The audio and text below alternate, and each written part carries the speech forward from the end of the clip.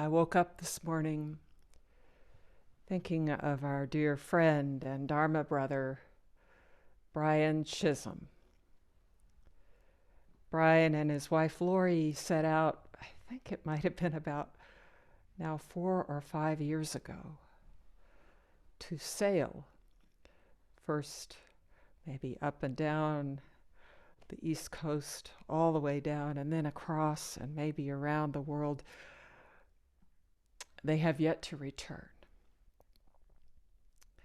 Brian especially loves the teaching of Obaku, or Huangpo, who was the teacher of Rinzai, or Linji. Obaku's posthumous title was Chan Master Without Limits. No wonder Brian likes him. So here's just one passage from Obaku. Your true nature is something never lost to you, even in moments of delusion, nor is it gained at the moment of enlightenment. It is the nature of your own mind, the source of all things, your original luminous brilliance. You, the richest person in the world, have been going around laboring and begging, when all the while the treasure you seek is right here. It is who you are.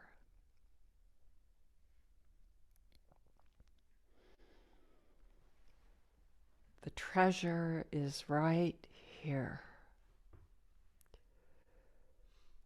So here we are on the third full day of this Rohatsu session, sitting in the Zendo, sitting in the cloud. As Henry's been saying, one here.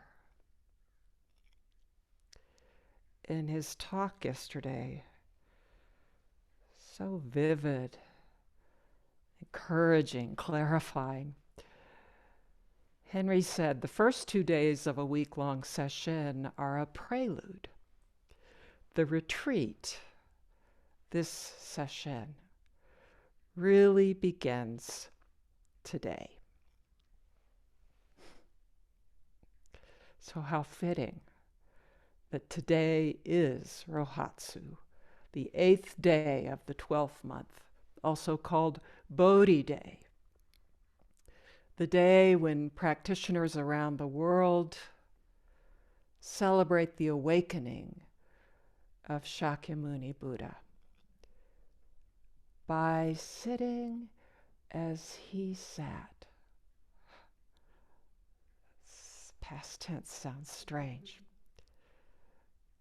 And stillness, with patience, fortitude, balance, and insight,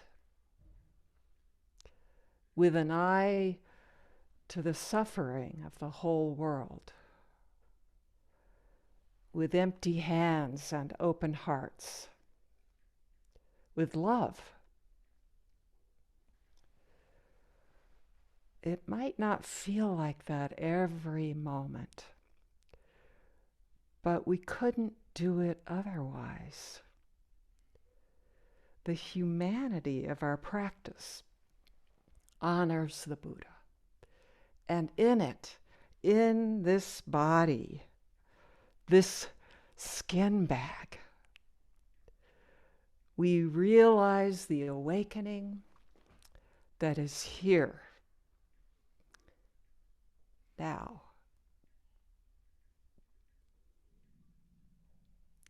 We don't just join it. We are it. That's what this is.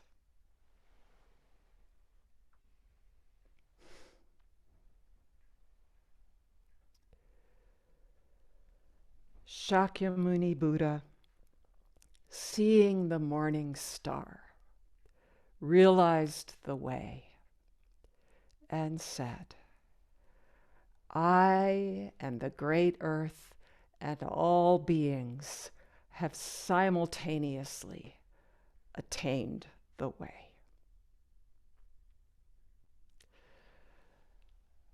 This is the head chapter of the transmission of light, or Denkoroku, chapter 0. The whole circle, empty and complete and endlessly progenitive, dynamic. The details of the story vary, but here's how Master Keizan,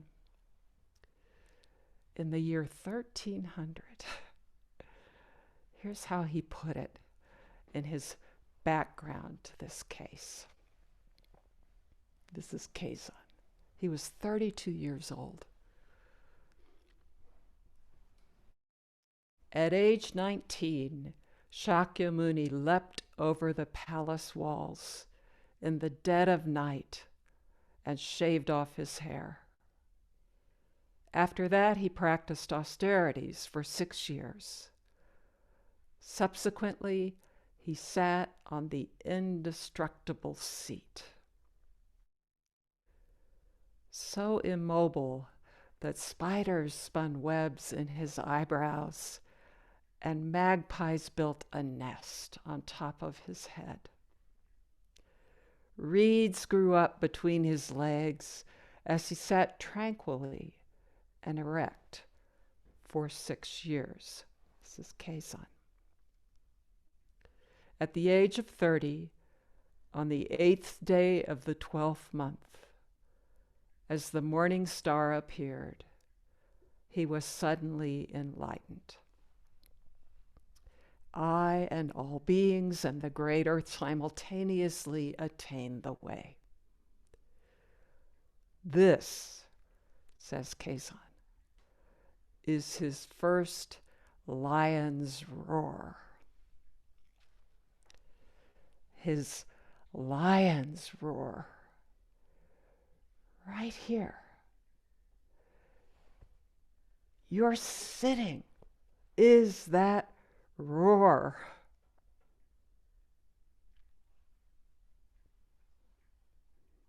So what happened? After 6 years of unparalleled rigor, nearly dying of the austerity, but still unable to just push himself off that cliff, Siddhartha Gautama took a seat. He sat in straightforward ease and unwavering absorption. On one night, sitting through the night, just before morning, his gaze rose. The light of his eyes suddenly met the light of the morning star. And there was just one shining.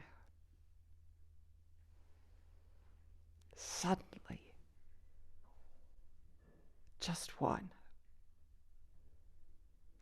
Everything fallen.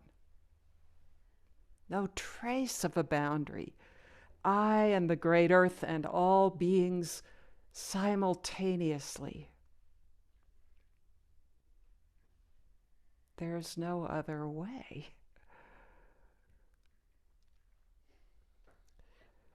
It's said the Buddha also exclaimed, this is the tradition, throughout heaven and earth, I alone. Or we sometimes hear another rendering, I alone am holy. Holy with no opposite.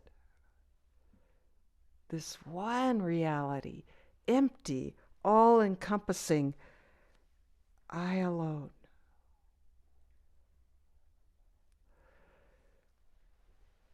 Shakyamuni Buddha said, I was born. I was born.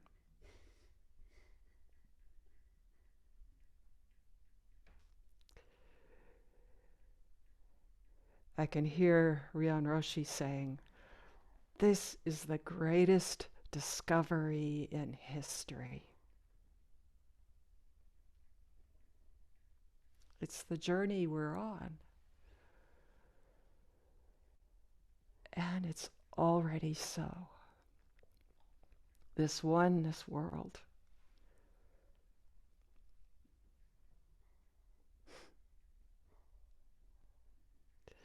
Words fail, but they do no harm. Vast, no edge, no boundary or border cannot be divided.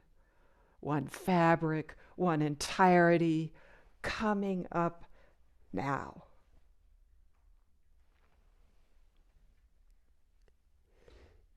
Each one of us is included in this awakening, implicated in it. And each of us is all of it.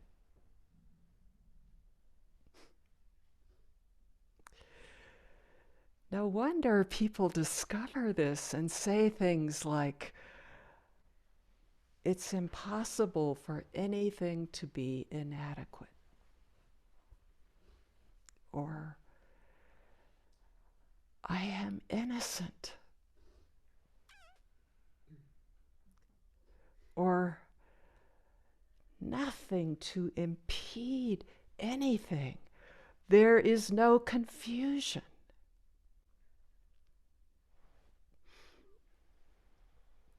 I remember being in our Sambo Zen teacher training and coming to this case. And the question, how will you present it? This discovery, this fact, this one seamless firmament, this vast, inexhaustible, and yet thoroughly intimate fact. How will you show it? Koans are always saying, show me.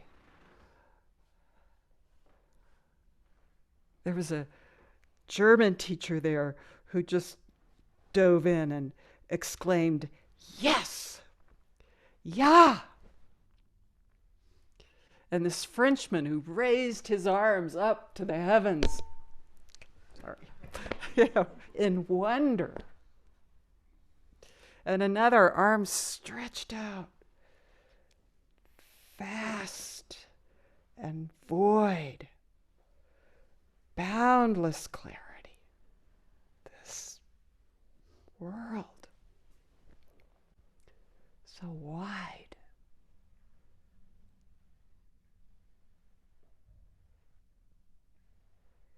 One body. What is that body? This true human body. This one transparency. Nothing excluded. Broken hearts, unbearable grief, doubt, hesitancy, longing, lack. Nothing excluded.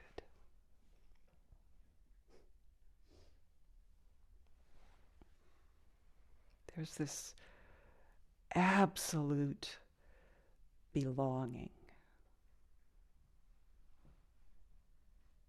That's actually one way to name this second fruit of our practice. It's absolute belonging, coming home, this discovery.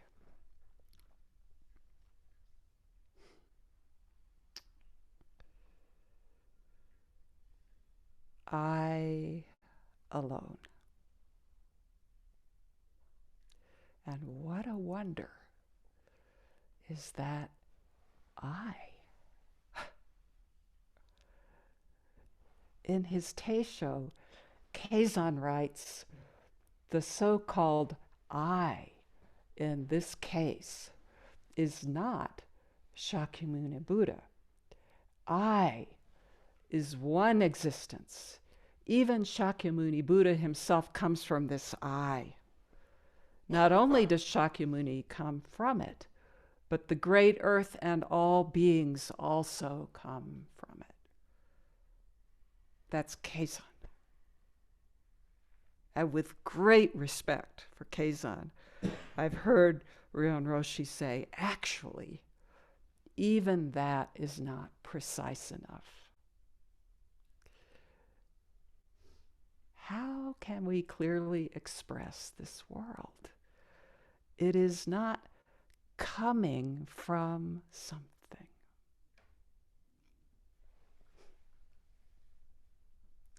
Yesterday, Henry held up a piece of paper, a little piece of paper,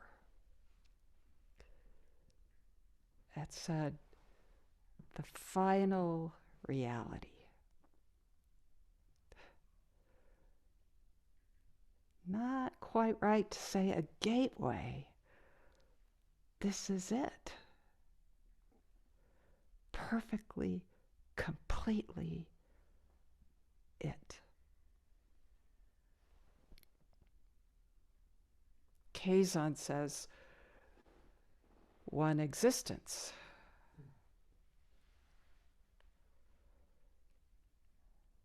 And who is that one? Great earth, all beings, even simultaneously isn't clear enough.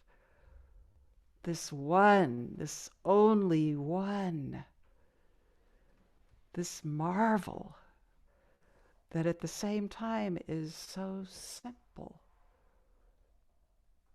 and immediate. Whatever you pick up, here it is. Here it is. Here it is. Here it is. Here it is.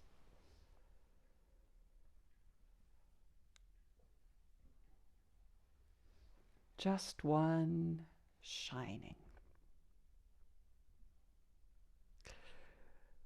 It isn't that every being contains this light or has a piece of it.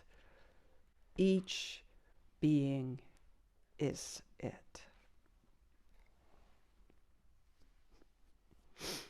I had a taste of this morning during this opening ceremony, opening of the day in the Zendo called Kentan, inspection of the mat. Very simple, just coming in after sitting has started, offering incense, 3 deep bows, this one all-pervading bowing, then walking the circle, each pair of hands raised, a blessing simultaneously. Each one, all of it. Keizan uses the image of the net of Indra, that single fabric of our existence, so intricately interwoven. Most of you know this. In the net, each one of us is a gem, a jewel, and each gem reflects every other gem.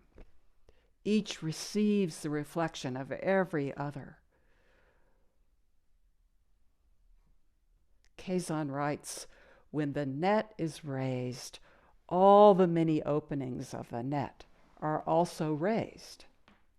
Just like this, When Shakyamuni Buddha realized the way, the great earth and all beings also realized the way. Not just the great earth and all beings, Keizan writes, but all the Buddhas of the past, present, and future. Not just all beings, all existence, also all time. In our Q&A, someone asked about this vow, this bodhisattva vow, that all beings awaken, and that will take so long. How is that possible? All time. In this awakening, the past tense doesn't hold up, and neither does the future. It's now. Realizing us, I and the great earth and all beings simultaneously realize this now.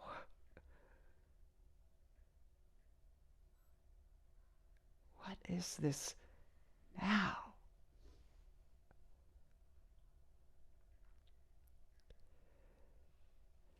I've mentioned, and Henry mentioned, I think, that not long ago I led a session in domicilium in this beautiful place outside of Munich, Bayern, where there's a hospice right there. And then a week later, or 4 days later, I led another week at a beautiful restored ruin. It was a ruin of a convent, very, very old, that has this couple bought as a ruin and spent 10 years renovating and turning, just bringing it to life. It's a very beautiful place. I mean, all these places of practice, including that place right where you are. So I'm at El Convento, and I think it was about the third day in, giving a talk every day.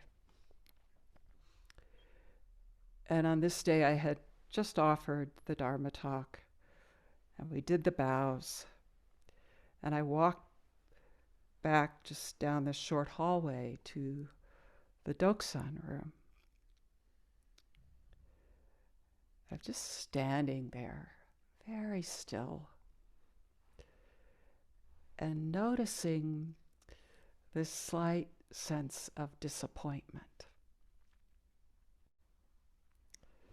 This talk, did it reach people? Did it convey? Was it helpful? Was it clear? And, just out of the blue came this cry to Yamada Kon Roshi, help. And you would think that I wasn't thinking about it. It just happened that, maybe Roshi just gave this talk. I'm not sure about it. Come and help these people receive whatever they need. But that's not what happened. What happened was immediately the talk going on right now, and Kon Roshi working in it.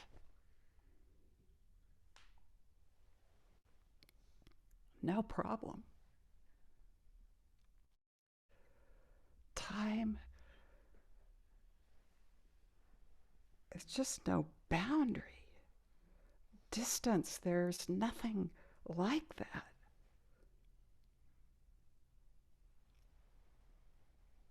Nothing to do. Everything taking care of itself. It's dynamism. Come and help.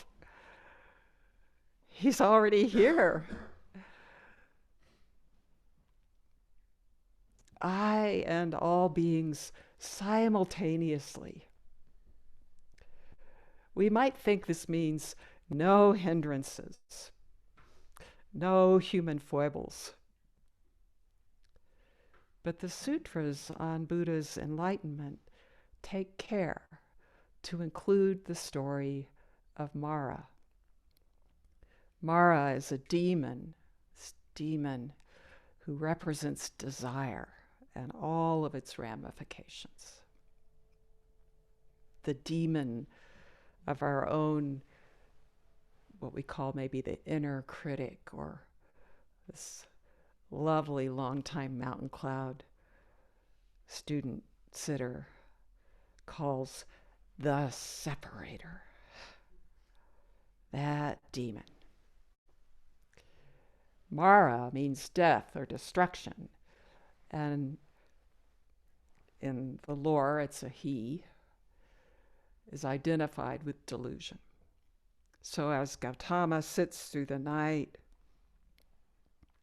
all night, Mara sends a whole range of lures or temptations, 5 hindrances on full display. Mara sends also the foils to drive away the immense support that is showing up to help unleash this discovery. And finally, after all of this, and nothing, disturbs at all, finally Mara issues this challenge. What license do you have to sit under the Bodhi tree?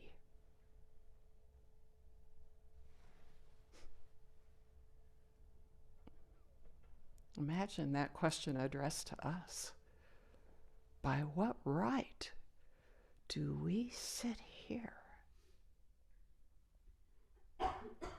This Bodhi tree, the strong trunk, the deep roots, the wide shade, the atomic capacity, right where you sit. Can you attest to yourself, your value, your place? Mara asks, who witnesses your right to the seat of enlightenment? And the Buddha, the Buddha responds with this famous pointing, maybe touching the earth with a finger. The earth is my witness.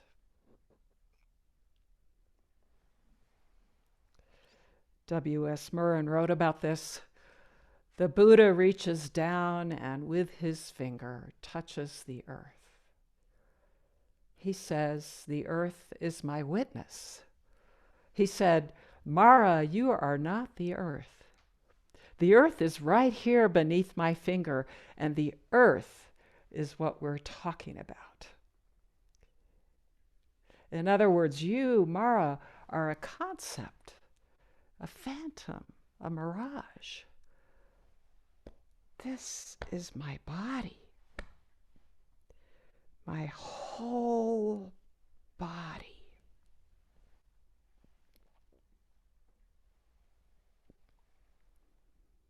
No wonder commentaries on this case 0, turn to nature for imagery to point to our true nature, the earth and the cosmos. Last night at 9:08 Mountain Time, I think it was. So all around the world, these time zones rotating, that December full moon peaked. The cold moon, our long night moon, bright, clear. And there was this, last night, this unusual event with Mars. If you happen to be out there, I think red planet and this full moon. And then at one point, depending on the location, the moon occluding Mars.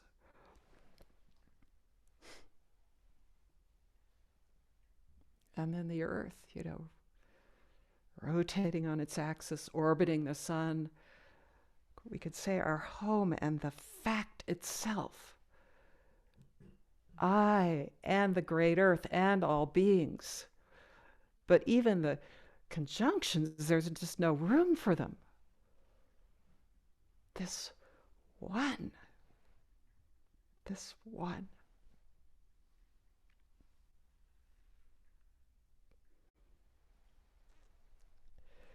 And keeping, coming out of this sort of impetus to turn toward nature. Clark Strand, this wonderful haiku poet, teacher, master, has a collection that he calls the Green Koans. And this is case one. Shakyamuni touches the earth. Here's his version. As Shakyamuni meditated beneath the Bodhi tree, Mara pointed to the place where he sat and demanded, "Who witnesses your right to the seat of enlightenment?" Shakyamuni reached a finger down to touch the ground. "I call the earth as my witness." In his commentary about the earth, Strand writes, "This isn't about the Buddha having his enlightenment confirmed from without." Strand says it's an equal sign. Equals, he put it. I like him a lot, but not even equal. There's no equation. That finger, that pointing, is the earth. Great earth and all beings. Here's the vow.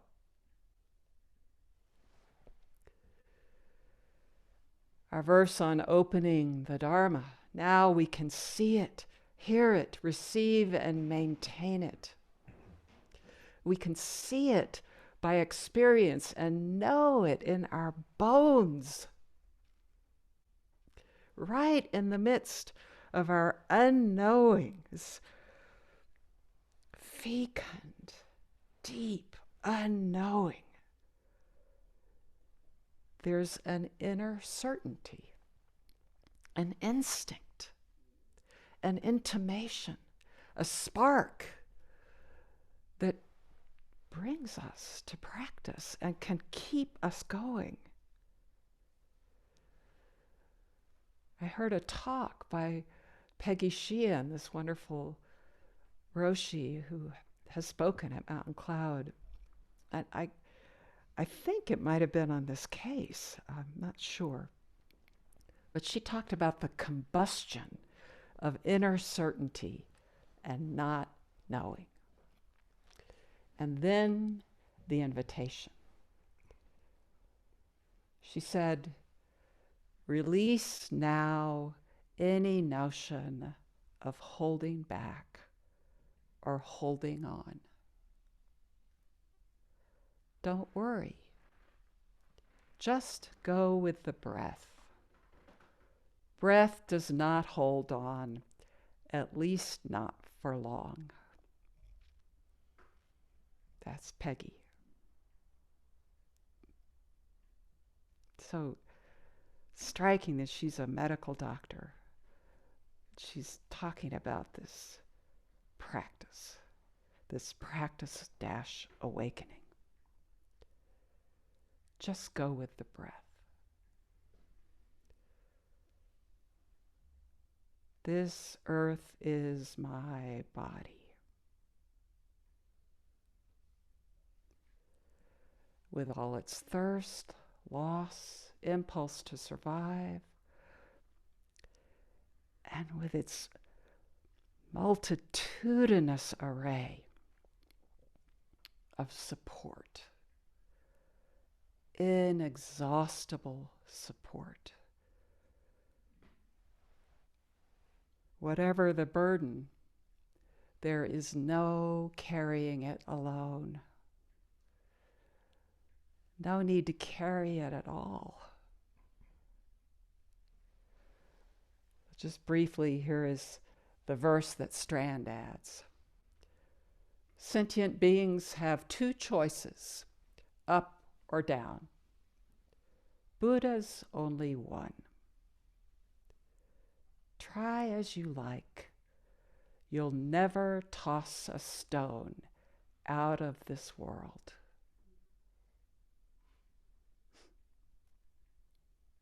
A nice image. That stone, whatever size, that's all of it.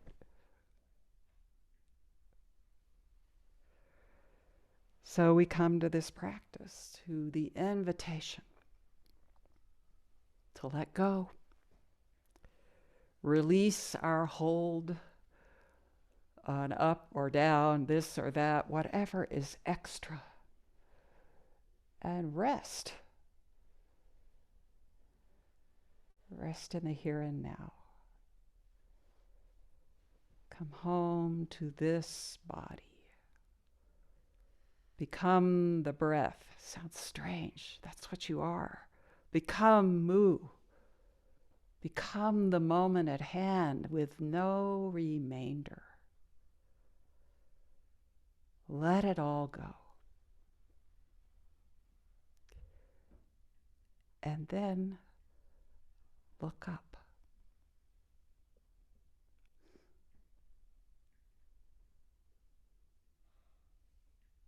What is this world? Keizon's verse expresses it. Just 2 lines. He wrote, "A branch shoots forth wonderfully, the old plum tree.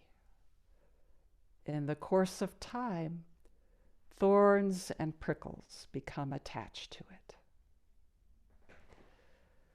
The old plum tree, ancient beyond measure, and completely new. A single branch shooting forth that infinite horizon.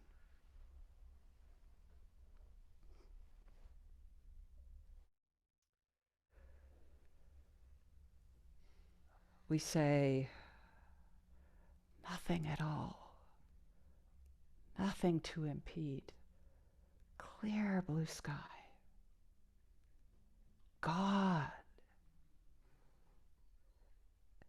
And yet, here we are.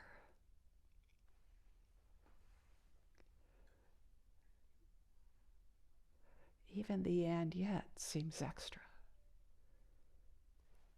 Here we are.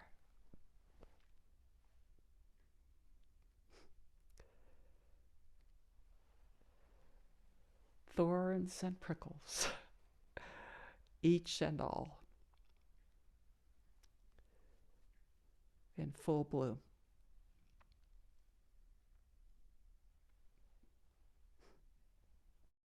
Thank you for this shared practice.